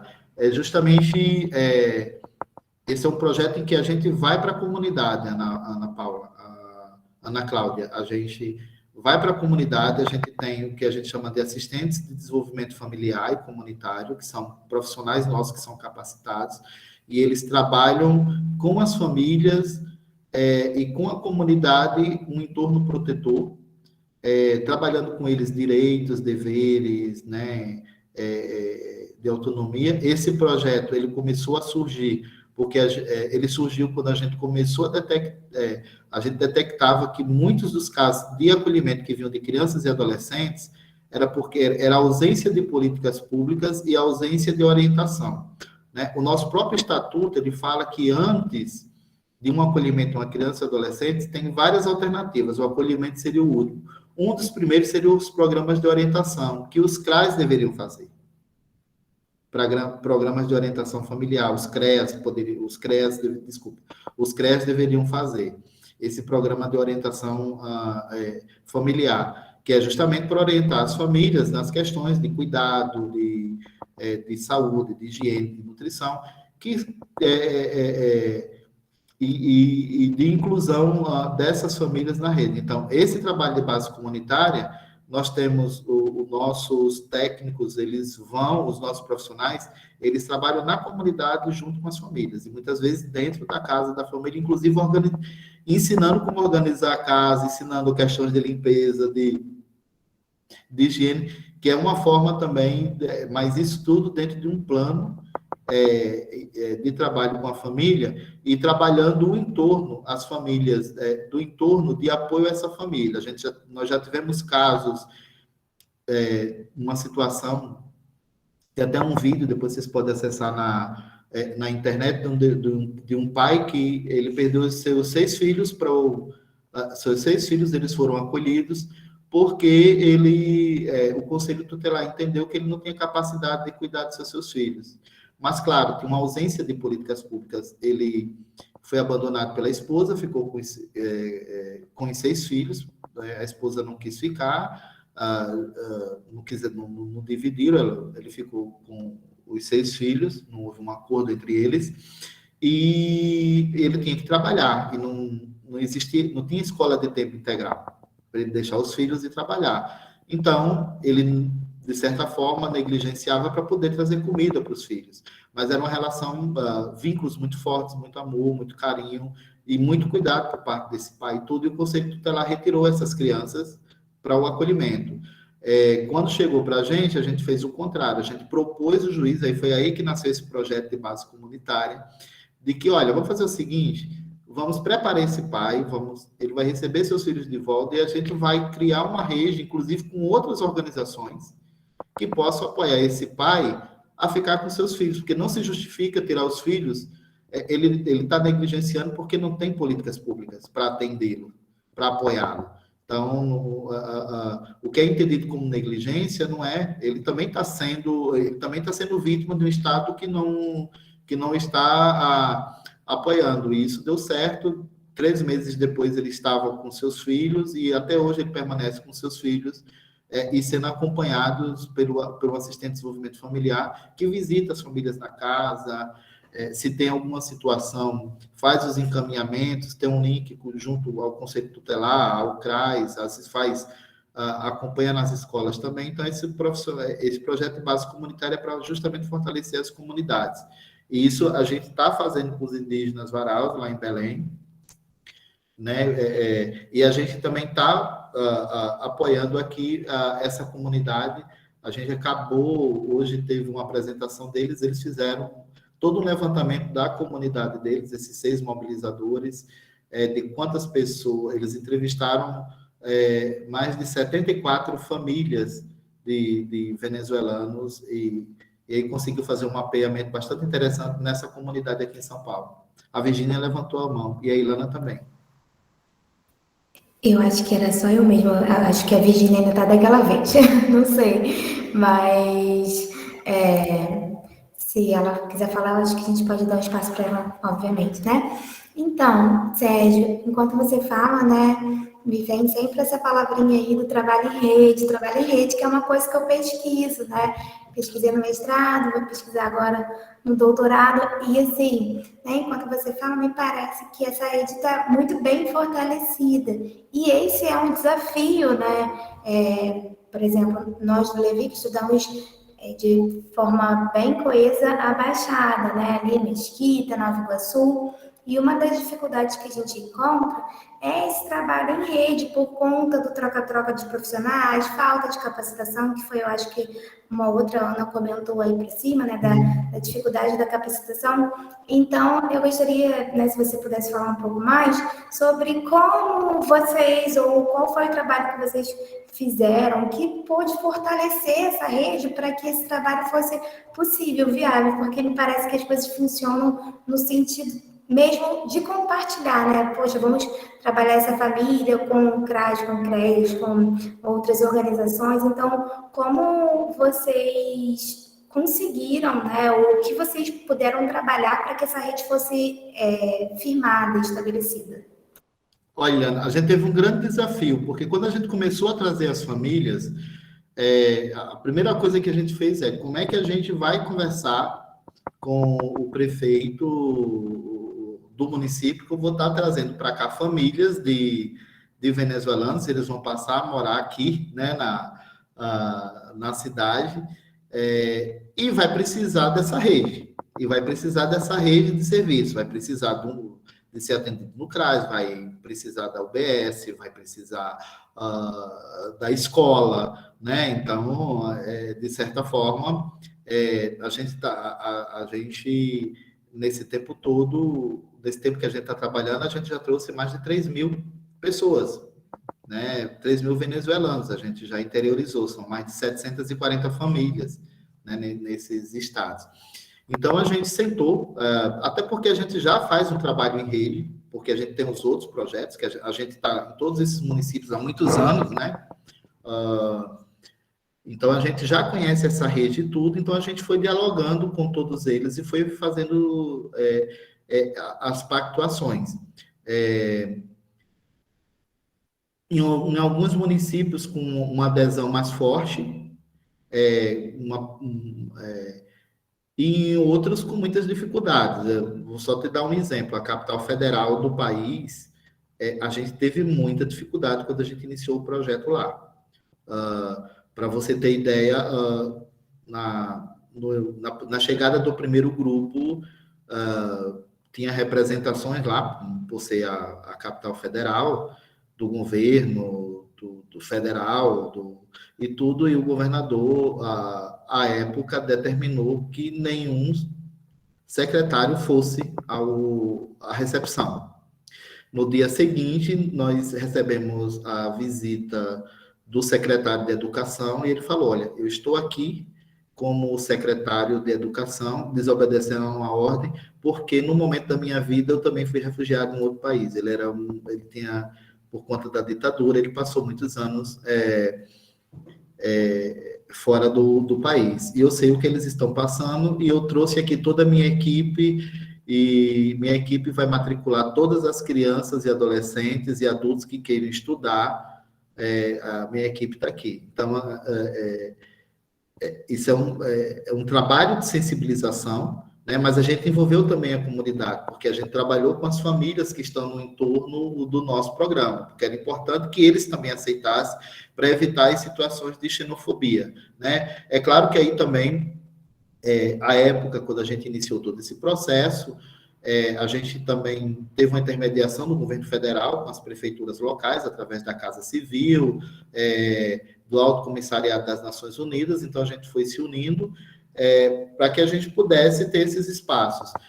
O Rio de Janeiro, apesar de todas as situações que o Rio de Janeiro enfrentou nesses últimos anos, mas e de todas as dificuldades que todos os serviços enfrentaram no Rio de Janeiro, nós sempre tivemos uma parceria muito forte com a rede no Rio de Janeiro. A gente nunca deixou de ser atendidos, claro, dentro das limitações de cada uma, mas com os profissionais muito envolvidos, né? Isso nos deixa muito, muito fortalecidos nesse trabalho, né? Então, isso variou de estado para estado, mas esse é um trabalho que ele é contínuo. A gente está num processo que a nossa rede está muito complexa, está muito cheia de furos.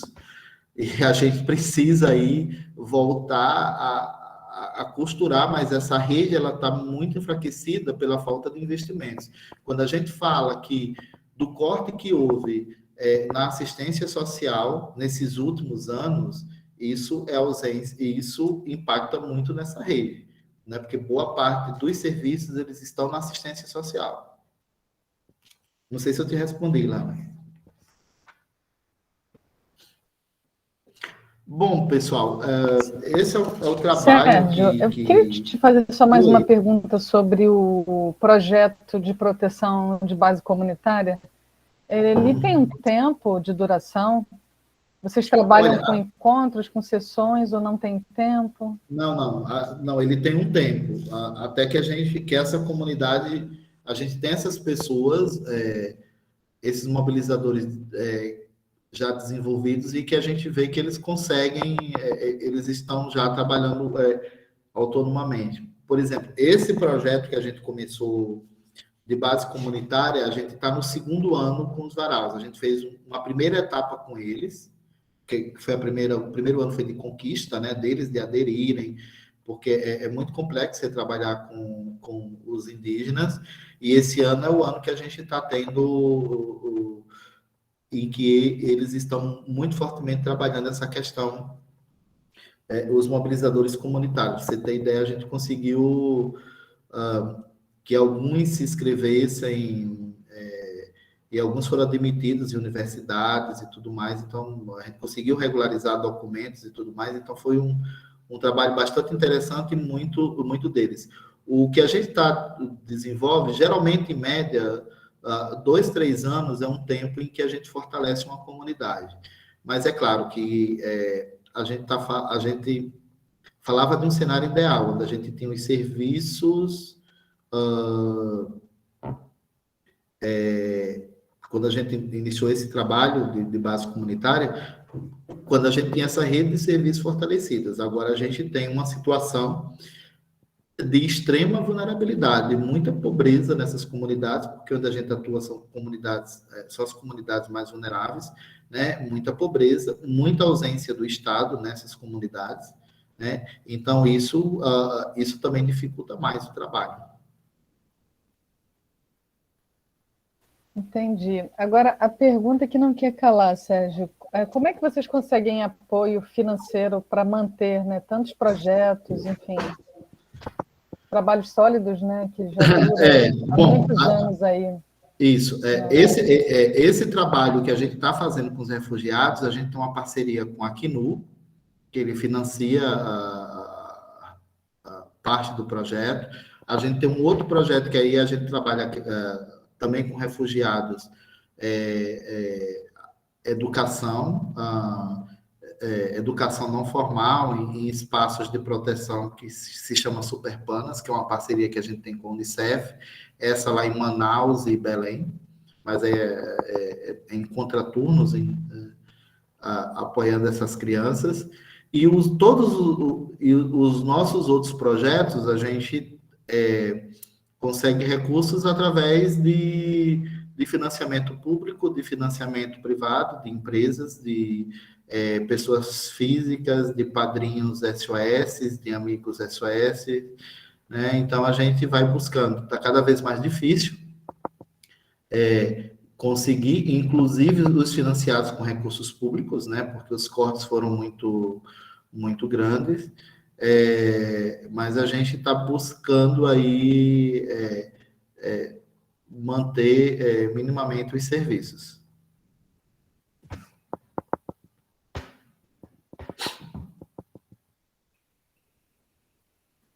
Alguma pergunta?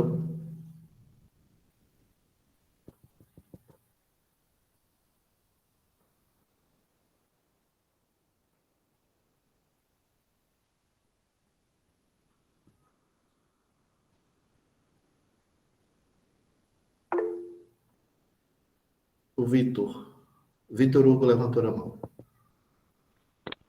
Olá, boa noite. Estão conseguindo me ouvir? Sim, Vitor, boa noite. Eu tenho uma pergunta para você, Sérgio.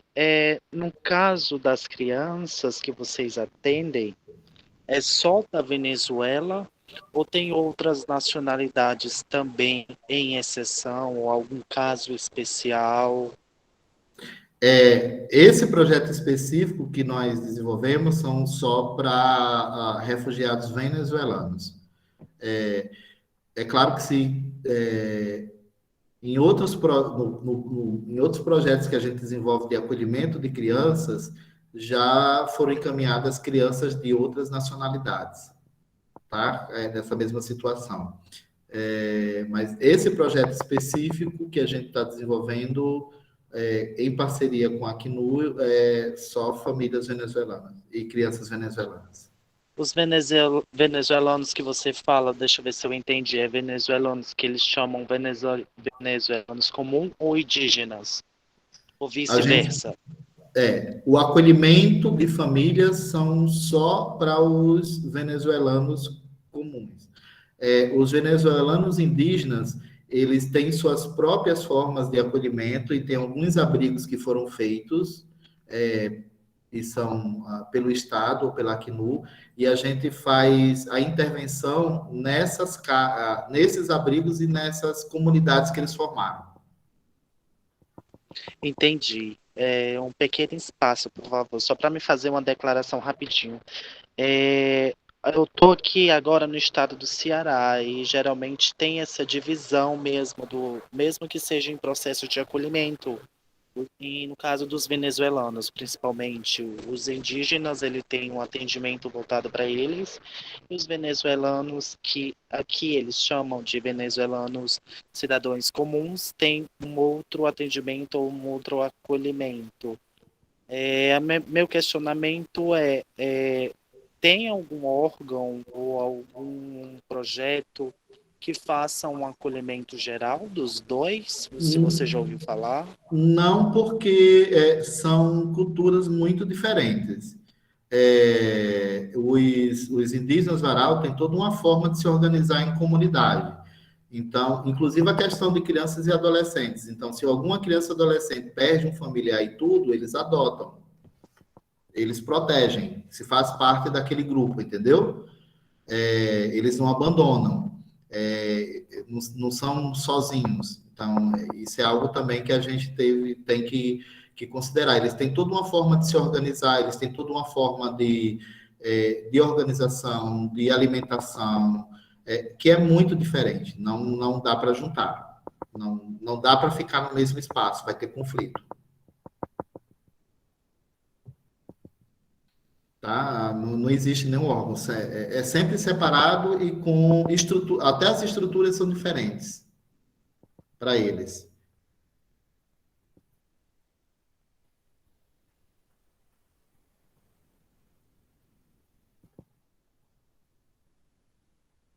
Acho que o Vitor já encerrou a pergunta dele, que ele botou. Tem a questão também dos varaus, eles ficam muito. Na cultura deles, eles têm a questão da coleta, eles têm a questão da natureza. Os varaus eram indígenas que viviam. Varaus quer dizer muito ligados à água, por isso que eles fazem esse caminho das águas no Brasil.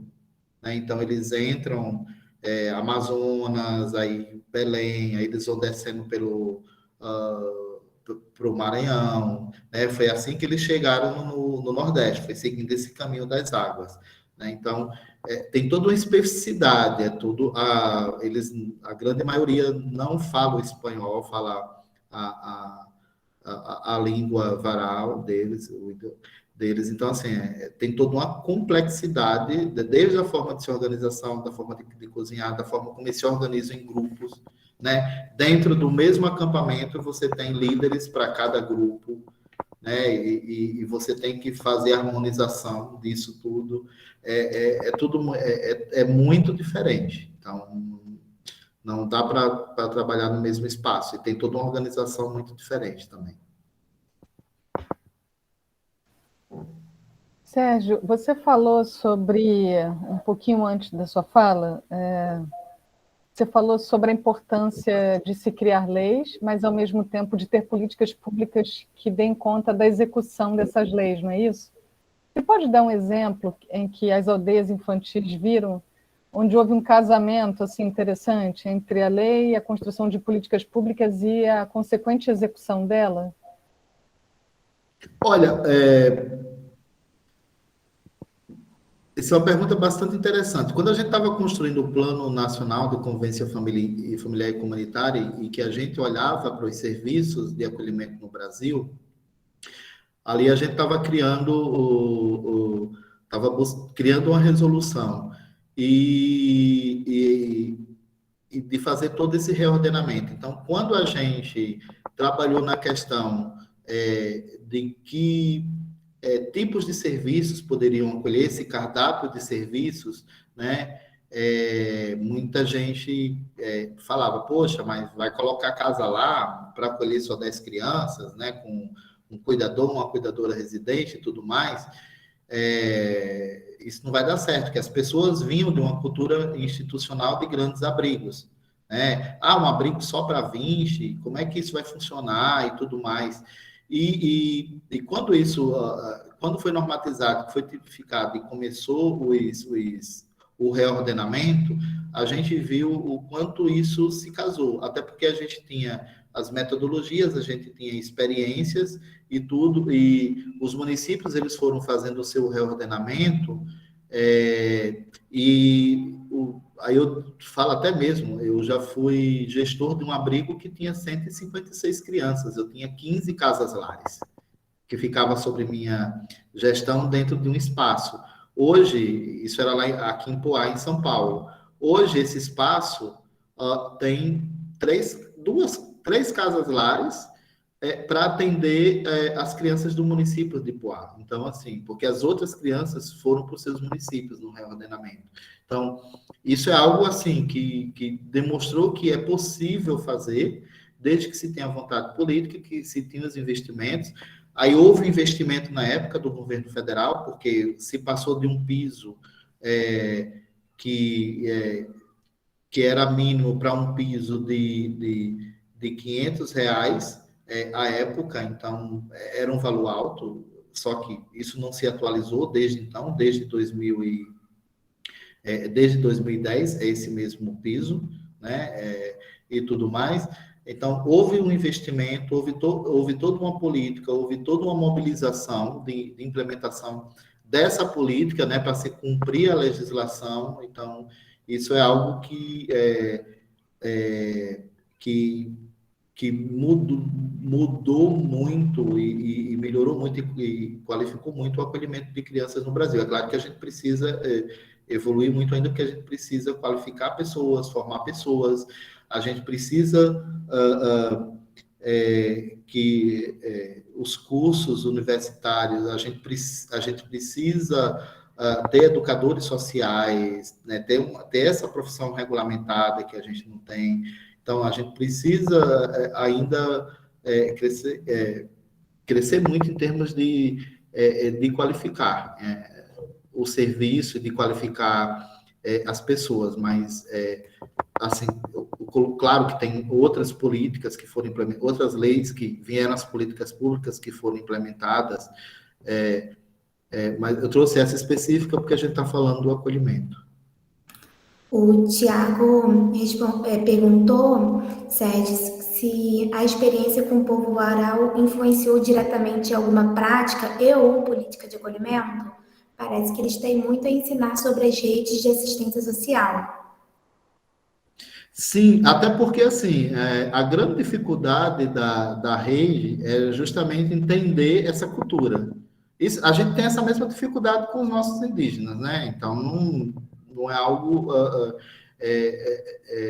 novo. Então, pela questão do idioma, isso aí eu falo como todo. Então, quando eles não abandonam, eles não deixam seus filhos sozinhos. Então, por exemplo, as mulheres fazem a coleta,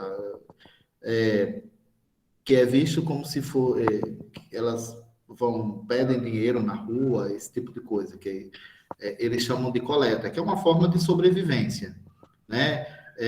Que eles têm porque eles perderam tudo, eles perderam suas terras, eles foram expulsos de suas terras na Venezuela, tem todo um histórico, tem todo um contexto também em cima dos indígenas. Os varaus, eles já vinham para o Brasil antes desse fluxo migratório, só que ele é um povo que migra, né, de locais para outro de acordo com se tem água, se não tem água, com os fluxos e tudo mais. Então, eles já vinham no Brasil, não em grandes grupos e tudo mais, porque a situação na Venezuela também. Então, eles foram forçados a ir para a cidade para buscar sobrevivência, porque eles foram expulsos de suas terras,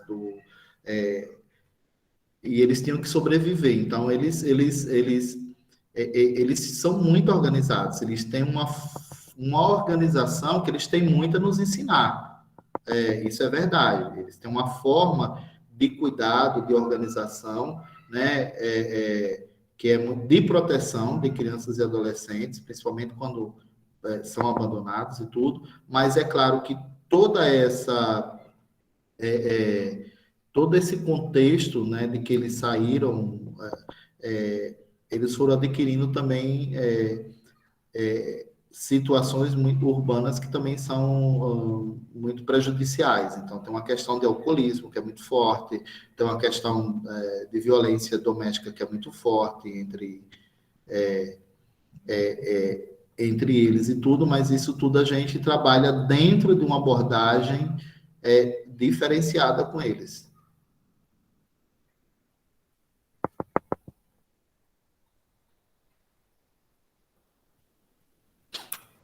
Alguém mais teria alguma pergunta para ser a nossa última pergunta da noite, né? Porque nosso tempo está acabando, a gente tem priorizado terminar aí mesmo às 9, por conta, né, dos horários de todos nós, do final do dia. Então, se alguém tiver alguma última pergunta e pensando aí sobre isso, queria lembrar que a nossa lista de presença está no chat, né? Não esqueçam de assinar, porque isso é importante para a fabricação dos certificados, né, para que esteja tudo direitinho. Então, vai estar lá e será fechada 15 minutos após o término da nossa aula, certo? Alguém mais? Antes de agradecer, o Sérgio queria ver, né, se ele tem alguma coisa mais a dizer. Você pode ir passando o slide, pode deixar lá no último, ter meu contato, se alguma Claro. se vocês quiserem conhecer o trabalho das aldeias infantis, aí pode ir passando aqui. Tá? Tem meu e-mail, tem o meu telefone, ele é o WhatsApp, tem um site das aldeias infantis. Então, se vocês quiserem conhecer melhor o nosso trabalho, nós estamos no estado do Rio Grande do Norte, Natal, Mossoró, Areia Branca, Caicó. Nós estamos em João Pessoa, na Paraíba, nós estamos em Pernambuco, em Recife e Igaraçu, nós estamos na Bahia, em Salvador e Lauro de Freitas, Camaçari, nós estamos no Paraná, Foz do Iguaçu e Goiuerê, e também em Cianorte. Nós estamos no Rio Grande do Sul, em Porto Alegre, Santa Maria, Capão da Canoa. Nós estamos no Rio de Janeiro, aí na capital. Nós estamos aqui em São Paulo, na capital São Paulo, em Campinas, em Limeira, em Poá, em São Bernardo do Campo, em Lorena, em Brasília, lá no Distrito Federal. Em Minas, a gente está em Juiz de Fora. Acho que eu falei todos, que não esqueci ninguém. Muito lugar, né? Muito lugar, ainda bem. Brasil. Ainda bem que tem muito lugar, né? Olha, Sérgio, nós agradecemos imensamente seu tempo, né? Sabemos o quanto ele é valioso, nós agradecemos pela troca da experiência, por tudo que você pode compartilhar conosco e que todos nós, né, possamos estar estreitando laços, criando rede, fortalecendo e aprendendo, né, com outras pessoas, com outras culturas, para acrescentar, para multiplicar, para transbordar coisas, né? Porque temos muito a aprender uns com os outros, assim como aprendemos com essa aula de hoje, com tudo isso que o Sérgio pôde compartilhar com a gente, e sei que ele poderia compartilhar por muitas e muitas horas, né? Sobre todo esse trabalho rico em detalhes, em coerência, em coesão, mas que possamos estar aprendendo uns com os outros e dispostos a aprender a aceitar, né, a abraçar, a afetar e ser afetado. Então, muito obrigada pela participação de todos nessa noite, pelo tempo e disposição. O Sérgio, né, que com tanto carinho e cuidado trouxe essa apresentação, essa aula, né, e que possamos estar aí aprendendo cada vez mais e mais. Fica o nosso convite para a semana que vem, estamos aqui juntos de novo, né, nesse mesmo horário, nesse mesmo canal. Não se esqueçam, começando ali, né, às 7 horas.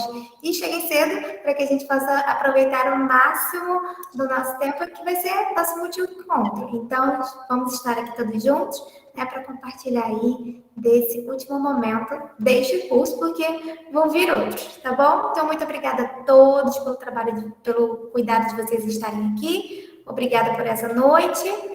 E um beijo e até a próxima. Tchau, gente. Até a próxima. Tchau, tchau. Tchau.